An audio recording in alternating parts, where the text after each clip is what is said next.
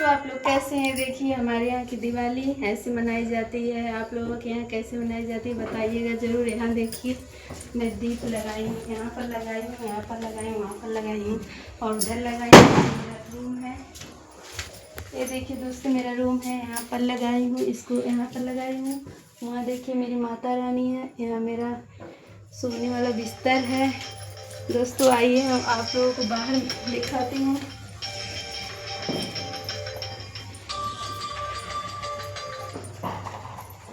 Hello, ये देखिए दोस्तों बाहर का कुछ ऐसा दिखने में लग रहा है। देखिए दीप लगा हुआ है और ये जुग्गी क्या बोलते हैं इसको, जुग्गी।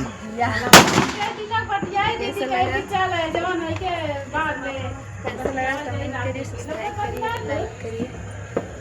कमेंट में बताइए कि आप लोगों के यहाँ जुग्गी के दीपावली कैसे मनाई जाती है। बाय दोस्तों।